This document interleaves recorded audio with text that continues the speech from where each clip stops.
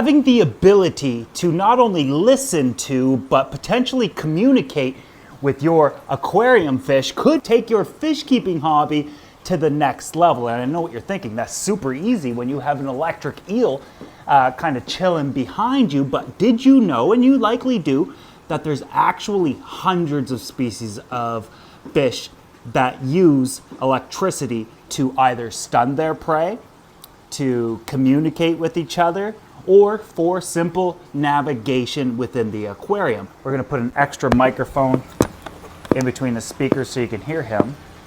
But this is just some defrosted shrimp with like shrimp juice. He's gonna get excited because he's gonna hear me. It's similar to tapping to him. In today's video, we're not only gonna talk about what those fish are and the importance behind it, what I've learned about my electric eel since installing this system that cost me less than $30 to do and build, but I'm going to show you how to do it because you likely have one of these fish in your aquarium right now, and I highly suggest you build this system and learn so much more about your fish. Heck, even the ability to almost communicate, meaning they're asking for something or want something and you'll know exactly what to do. So first and foremost, I'm obviously monitoring the sounds that my electric eel is giving off with electrical pulses. And in doing so, I know a few things. I can be anywhere in the room and this runs continuously. It kind of sounds like a non-stop fart, but that's not important. It's the farting noises that matter. So that slow, continuous clicking means he's looking around, he's actively swimming, it gets faster, he found something he's interested in, he's electro-communicating with his environment. They're not strong, they're more softer and lighter impulses. When that beating sound gets really light and only beats maybe once every 15 seconds, he's laying down and resting. When the beating sound gets really fast, he's excited and he wants to eat. Or he found something that he might be able to eat and he's trying to locate it. And then when that zapping noise happens,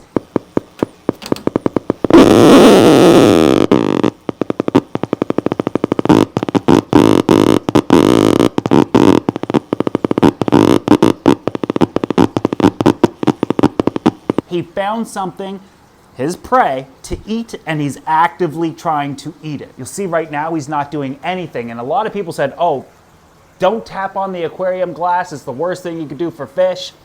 In my aquarium gallery, everybody out here knows that if I tap on your glass, it's time to come eat. I'll get a little closer to these speakers because they're not all that loud, but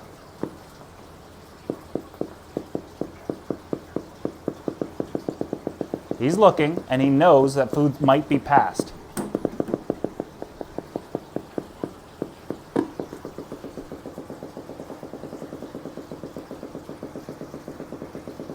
See, the electric eel has that ability to not only electro-navigate, but obviously the ability to shock and stun its prey as well. I think it's important that we start with the levels of ability to shock and stun.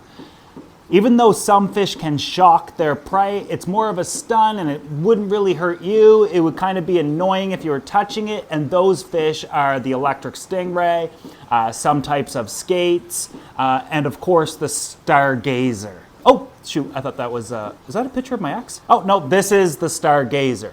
Not only does the stargazer have the ability to shock and potentially stun its prey, but they're also venomous, making it a double whammy.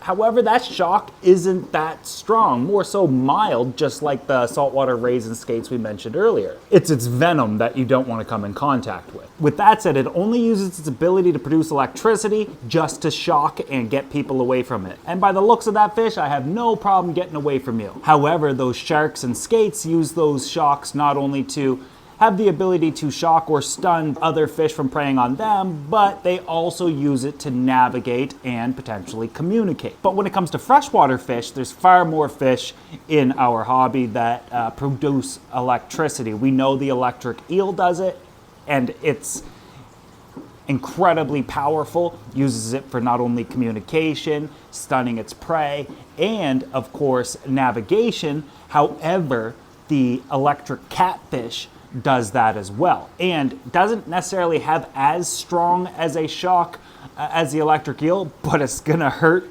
in the same kind of stratosphere type of thing.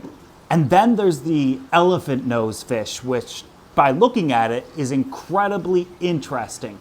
They use their ability to produce electricity not to shock. You'll never be able to feel it. Heck, you could put your hand in the tank and stroke it if you wanted to.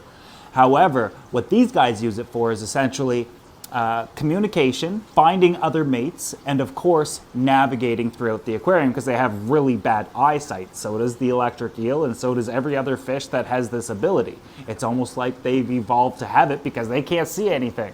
More fascinating and more of it is the knife fish. Not only the South American varieties, but the African variety as well. The Aba Aba uses it for communication and electro navigation. Think of it as sonar. The South American knife fish are the most interesting because that includes the ghost knife, the black knife.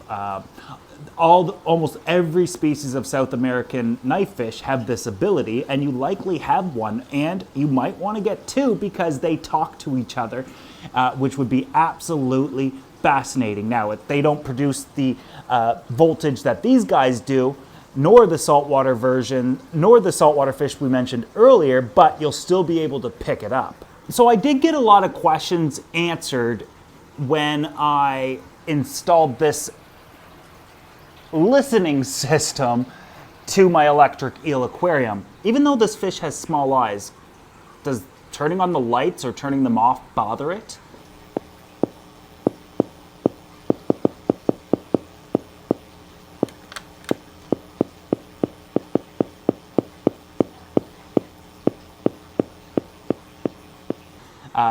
Can it see me?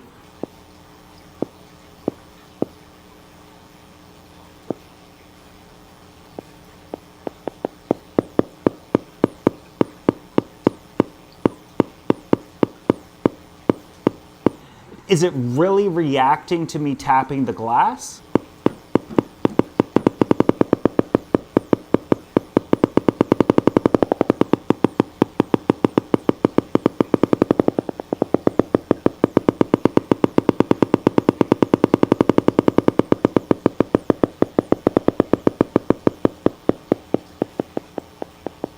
Can it taste food in the water? And is it shocking everything it eats?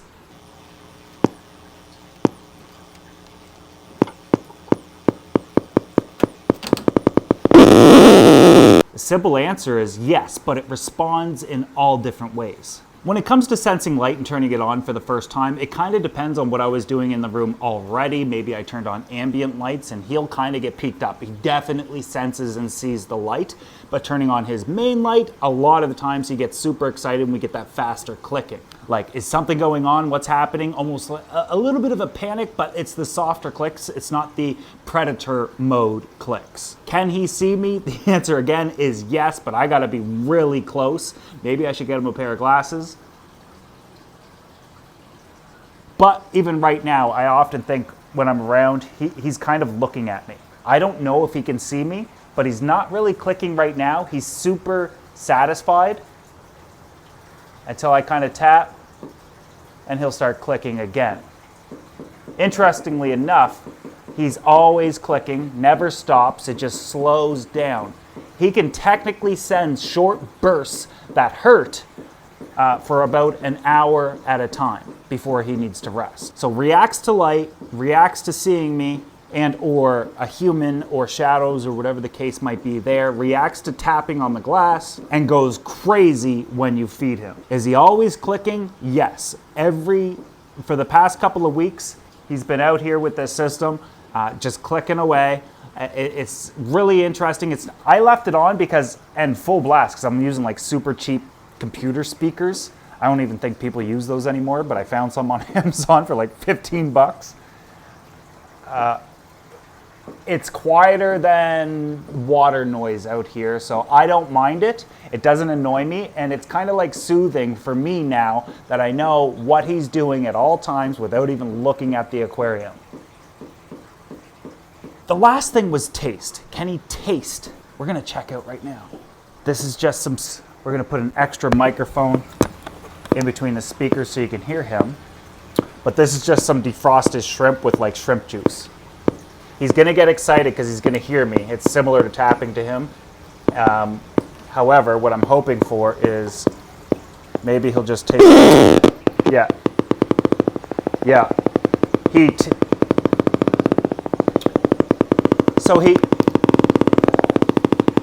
So he tastes the juice. The juice is a go. Or he tastes what's in the tank. I better feed him. Bro, chill out.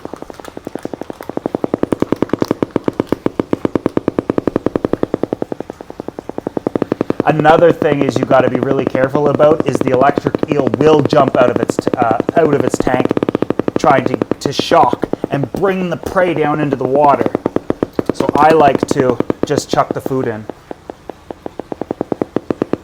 Down here.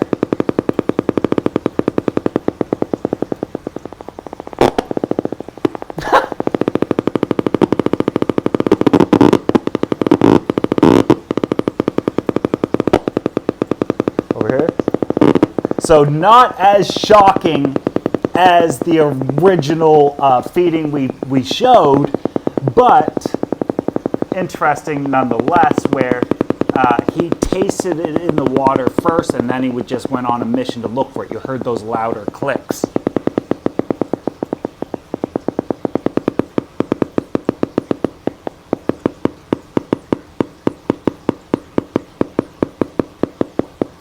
Now, if you did have an electric catfish, would it sound like that? Yes. If you had an electric skate, electric shark, and or a stargazer.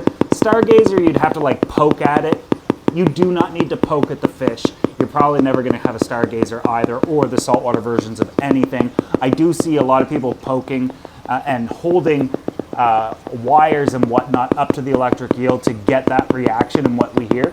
I've learned that you do not have to do that. In fact, the two poles just got to be in the water. So how does this actually work? Okay, that's enough farting for one day. So if we look over onto this side of the aquarium, which is 180 gallons, this tank is 6 feet long, it's 2 feet wide, 2 feet tall. Its main aquascape is, of course, giant types of anubias, which are real plants, and a tree trunk coming out of the aquarium going all the way to the ceiling. Absolutely glorious. One thing I gotta mention before we move forward is all this clicking hurting anybody else? You'll notice that there's snails everywhere. There's actually a couple different species in here, and it doesn't affect the snails in any way whatsoever. In fact, some might even say they are absolutely flourishing, which is great. They act like my cleanup crew, so I never have to siphon out his you-know-what. We have a 3 millimeter, or no, actually, I think that's a 2 millimeter copper pipe over here. And no, he can't shock me through the glass.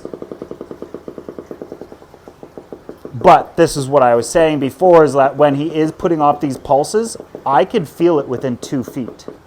And when he shocks me, it's absolutely unbearable. But we do have a copper pipe here. 2 millimeter, maybe 3 millimeter, got it at a craft store. It's only about 20 inches long, but copper's simply a great conductor of electricity. One over here, one over there. I got the same results hiding it behind here, but I wanted to be able to show you for this video, so I dragged them out. And if he touches them while he's shocking, you get a more dramatic type of sound, which I thought would be cool for you guys to see.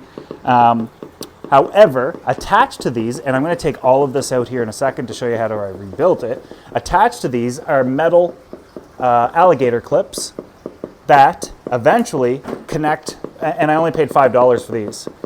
So $5, $10, and then $15 for these tiny little speakers.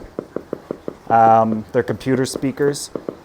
The power source gets plugged in, and then those alligator clips that came from each copper wire goes onto the speaker cable. So we've got, it's a stereo cable, and you see those little lines there? One goes on one, the other goes on the other. Let's take all this out so you can get a better look. Now, he also has the ability to light up lights.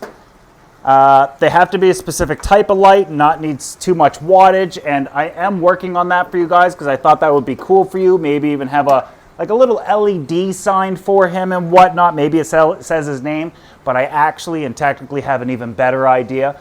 However, it's likely not going to work that well unless he's actively, well, we'll see what causes him to light his lights up.